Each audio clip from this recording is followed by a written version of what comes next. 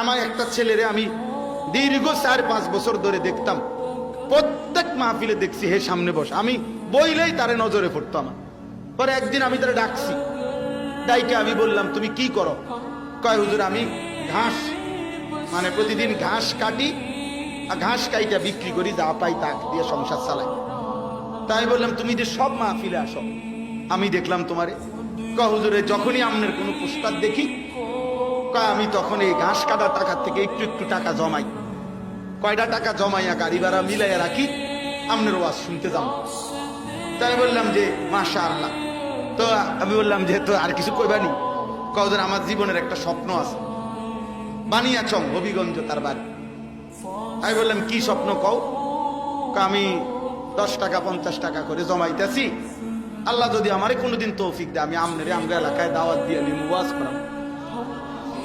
পরে আমি বললাম ওহন দাঁড়া, ওহন ডেট লো, এখন নাও ডেট, আজকে তোমারে ডেট দিলাম, হাদিয়া দিতে হবে না, আমি দিমু তোমার, এটা তোমার মাহফিলের চান্দা আমি দেবো, ও আজের টেহা লাগতো না, তুমি যাও, তুমি আয়োজন করো, যেখানে কও তুমি, তোমার ঘরে হোক উড়ানে হোক, আমি ওখানে ওয়াজ করব।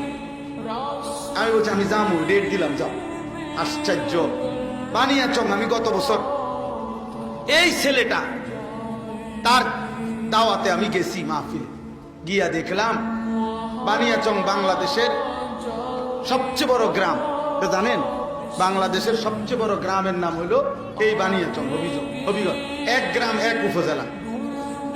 হ্যাঁ হ্যাঁ, এটা গ্রাম একটাই, একটা উপজেলা, বুঝছেন নি হুজুর?